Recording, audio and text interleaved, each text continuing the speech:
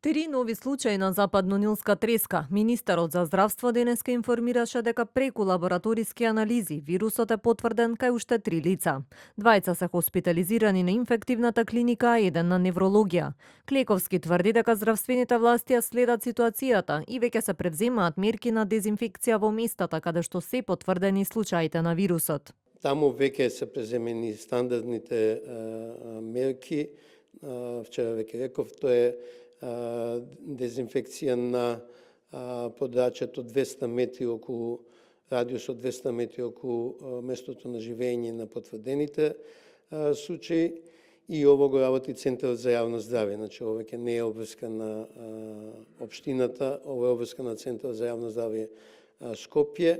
Ќе видиме спрема препораките и мапирањето на случаите дали ќе треба да се прави дополнително прскање од земја.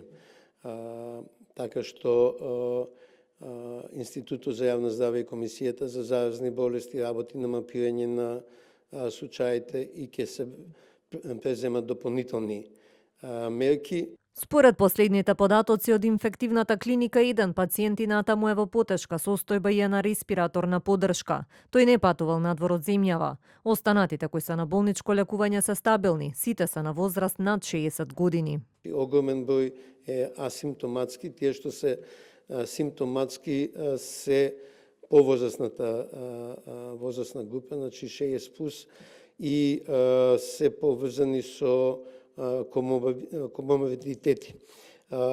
Комисијата за заразни болести работи постојано. Сега фокусот веќе од предминатата седница префрлен од гостива на векторпреносливите болести и чим ги имаме резултатите од нивните препораки ќе ги направиме.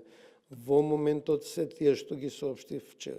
Западно-нилската треска се пренесува со уботот заразен комарец, а инкубацијата може да трае до 14 дена.